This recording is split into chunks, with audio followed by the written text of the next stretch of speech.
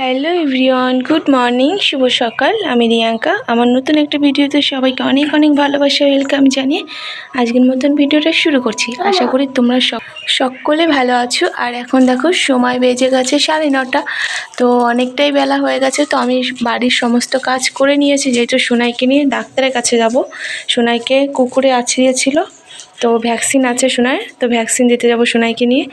আর পুজো দিয়ে আসলাম, তো ঠাকুরের প্রসাদটা তুলে খেয়ে নিয়ে তারপরে বেরিয়ে পড়বো ছেলেকে নিয়ে ডাক্তারের কাছে। আর এইদিকে দেখো তোমার দাদাভাই টিভিটা বাইরে লাগিয়েছে, যা গরমের জন্য ঘরে বসে টিভি দেখতে পারে না।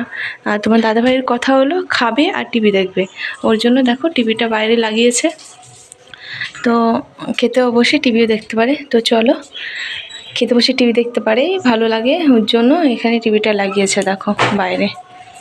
তো চলো এখন আমি ঠাকুরের প্রসাদটা তুলে নেব, তারপরে সোনাইকে নিয়ে হসপিটালে যাব। ঠাকুর ঘরে এসে গেছি, আর দেখো ঠাকুর ঘরটা খুব সুন্দর করে সাজিয়ে পুজো দিয়েছি। আর অনেক ফুল ফুটেছিল গাছে। তো আর আমার ফুল দিয়ে পুজো দিতে সত্যি খুব ভালো লাগে। উপরে জায়গা ছিল না, এর জন্য দেখো নিচে থেকেও দিয়েছি। আর গাছে প্রচণ্ড পরিমাণে ফুল হয়েছে, তো গাছটা সত্যি খুব ভালো। আর ফুলগুলো যেহেতু বৃষ্টি হয়েছিল, ওই জন্য ফুলগুলো এখন বড় বড় ফোটে।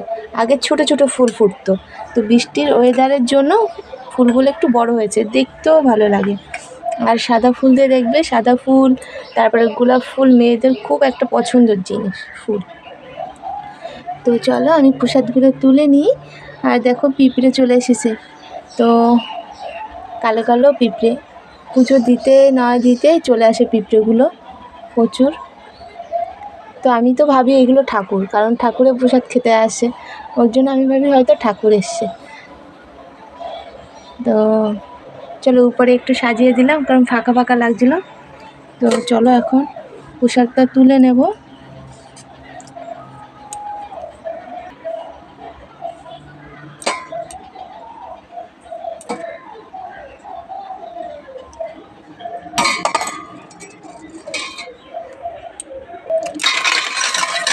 দেখো ঠাকুরের বাসনগুলো প্রসাদ তুলে ধুয়ে রাখছি, কারণ আমার মা বলে নিজেরা যেরকম খাওয়ার পরে বাসন ধুয়ে রাখো, তো ঠাকুরকেও খেতে দিলে তারপরে বাসন ধুয়ে রেখে দিতে হয়। তো ওই জন্য প্রত্যেকদিন পুজো দেওয়ার পরে ধুয়ে রেখে দিই। অনেক সময় হয়ে পারে না, তখন আর প্রসাদটা তোলা হয় না, তো ওর জন্য দেখো বাসনটা ধুয়ে রেখেছি যাতে। তো এখন চলো সোনাইয়ের জন্য ভাত বাড়বো। সোনাই খিদে পেয়ে গেছে, টিউশনি থেকে আসলো। আর ওই দেখো দাদু আরও টিভি দেখছে বসে বসে, আর বলছে মা ভাত দাও। তো চলো, সিদ্ধ ভাত করেছি আর পটল ভেজেছি, এটা দিয়ে এখন সোনাইকে খাইয়ে দিয়ে যাব, কারণ ভ্যাকসিন তো এগুলো অনেকজন না হলে দেয় না। আর লেটে গেলে ধরো একটা ভ্যাকসিন খুললো, সেটা যদি হয়ে যায় একজনের জন্য আর একটা খোলে না, তখন অনেক দেরি হয়। আগের দিন যেরকম গেছিলাম, সোনাইয়ের দ্বিতীয় দিন আজকে ভ্যাকসিন কামড়িয়েছে, কুকুরে আঁচড়িয়েছে, তাও আমরা ভ্যাকসিন দিয়ে নিলাম।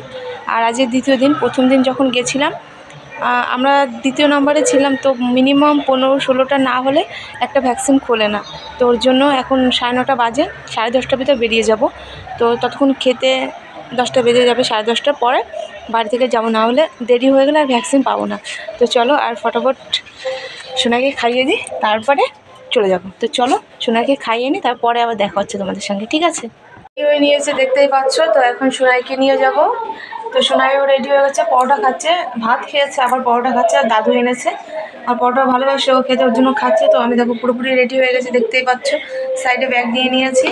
তো চলো সোনাই, স্বরূপ স্বরূপ মাথা আশ্রম। তো সোনাই এখন মাথা আসিয়ে নেবে। তো চলো রাস্তায় গিয়ে তোমার সঙ্গে দেখাচ্ছে। ও কাম, তো দেখো বেরিয়ে পড়েছি। কে বলে?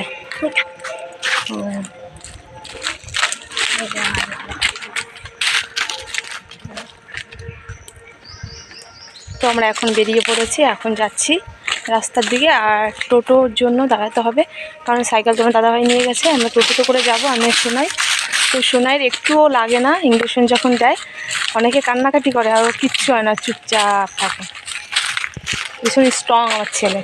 তো চলো যেতে পারি। তো আমরা এখন যাচ্ছি রাস্তাতে হেঁটে হেঁটে। তো সামনেই মানে পাকা রাস্তা, ওইটাই তোমার টোটো চলে আর কি। আর এটা আমাদের বাড়ির রাস্তা। আর এই বাড়িটা দেখো আমার খুব পছন্দ, এরকম একটা বাড়ি করবো আমি আমার নিজের ইনকামে। তো ভীষণ ইচ্ছা। আর ওই বাড়িটা আমি যতবার এই বাজারে যাই এই রাস্তা দিয়ে ততবারই আমি দেখি বাড়িটা, আর আমার ভীষণ ইচ্ছা করে ওরকম একটা বাড়ি বানাতে। তো আর সাদা কালার, বাড়ির ডিজাইনটাও খুব সুন্দর। তো এখন টোটোর জন্য দেখো দাঁড়িয়ে আছে, এখন আসছে না। আর এই গাছটার আমটা দেখো, পুরো গাছে পুরো আম, প্রচুর পরিমাণে আম আছে। আর এটা আমাদের হাই স্কুল, দেখতেই পাচ্ছ বড়। আর ওই সাইডে হলো ঠাকুর বাড়ি, ওই সাইডে।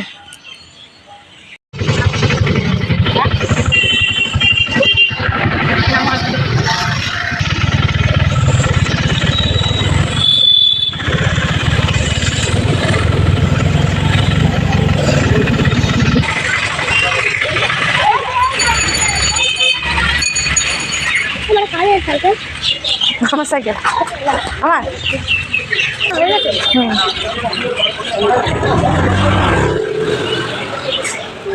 তাড়াতাড়ি চ, যদি না থাকে। দৌড়িয়ে গিয়ে ভ্যাকসিনটা নিয়ে নিলাম সোনাইকে। আর ভাবছিলাম যে হয়তো পাবো না, তো পেয়ে গেছিলাম, শেষের দিকে গেছিলাম, ওই জন্য দৌড়িয়ে গেলাম। তো সোনাইকে নিয়ে ভ্যাকসিনটা ফাইনালি হয়ে গেল নেওয়া। তো এদিকে দেখো সোনাই আমার কানে কানে বলছে মা একটু খাবার খাওয়াবে। তো সোনাইকে দেখো আমি 10 টাকা দিলাম, তো ওদের জন্যই তো সব। তো কোথাও গেলে বাচ্চা কাচ্চা মানুষ, ওরা খাবে না তো কে খাবে, ওর জন্য দেখো দিয়ে দিলাম 10 টাকা সোনাইকে চিপস আনার জন্য। আর এদিকে দেখো কি নিয়ে আসছে, আগে পরে খাইনি, জানি না কীরকম হবে খেতে। তো আমি বললাম খুলে দেখো, যদি খেতে পারো তাহলে খাও, নয় ফেলে দাও।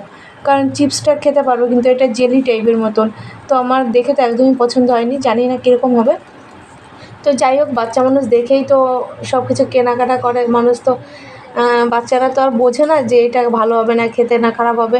তো ওরা দেখেই সব কিছু কেনে। তো চলো, যদি খেতে পারে তাহলে খাক। আর সোনাইকে বললাম চলো বাবা একবারে ডাইরেক্ট চলে যাব বাজারে, বাজার থেকে একটু সবজি আনবো, মাছ আনবো, কারণ দুপুরে কী রান্না করবো বুঝতে পারছি না। তোমার দাদাভাই বলেছে কিছু একটা রান্না করতে, কিন্তু কী রান্না করবো। তো সোনাইকে বললাম চলো তুমি যা খাবে তাই আনবো। আর এদিকে দেখো বাজার থেকে চলে এসেছি আমি বাড়িতে। আর বাড়ি এসে বসে বললাম রান্না করে, কারণ ভীষণ কষ্ট হয়ে গেছে, গরম ভীষণ।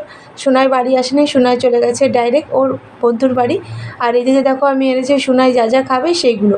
চাল কুমড়ো এনেছি, পটল এনেছি, আলু এনেছি, আর এদিকে নিয়েছি চিংড়ি মাছ। তো আমার সোনাই সেরকম মাছ মাংস সেরকম একটা খায় না। মাছ খেলে কাতলা মাছের পেটি বা রুই মাছের পেটি, আর মাংস খেলে 1 পিস চলে। তো আমার সোনাই আগে থেকে অনেক মাছ মাংস খাওয়া কমে গেছে, তো সোনাই চিংড়ি মাছটাও ভালো খায়। তো বললো মা চিংড়ি পটল করো, আর তো চিংড়ি মাছ নাও। তো এদিকে ওর জন্য চিংড়ি পটল রান্না হবে দুপুরে, আর চাল কুমড়ো ভাজবো। তো আর কিছু করব না। আর চিংড়ি মাছগুলো আজকে সত্যি খুব ভালো বাজারে উঠেছিল। আর চিংড়ি মাছগুলো অনেক সস্তায় এনেছি, আজকে 25 টাকা শোয়া। এই চিংড়ি মাছটা অনেক সময় দাম হয়ে যায় তোমার 30 টাকা 25 টাকা, তো সেটা আজকে আমরা 25 টাকায় নিয়ে এসেছি।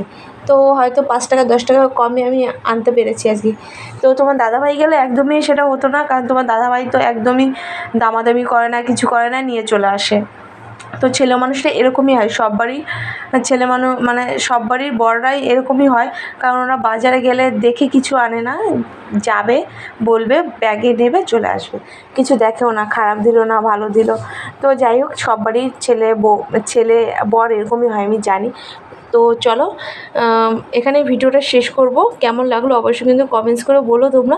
ভালো লাগলে অবশ্যই লাইক কমেন্ট শেয়ার এবং সাবস্ক্রাইব করে দিও। তো চলো নেক্সট ভিডিওতে তোমাদের সঙ্গে আবার দেখা হচ্ছে। সবাই খুব ভালো থেকো, টাটা।